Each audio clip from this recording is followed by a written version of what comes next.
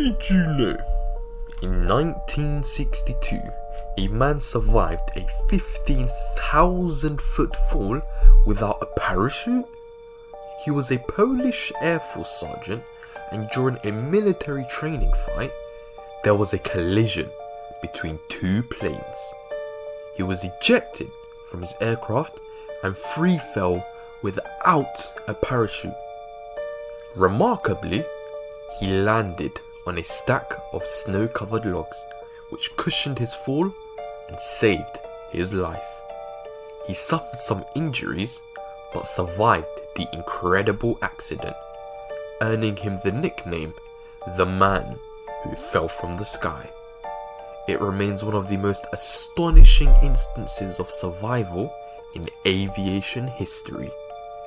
If you enjoy this type of content, then subscribe, because I release a new video every week.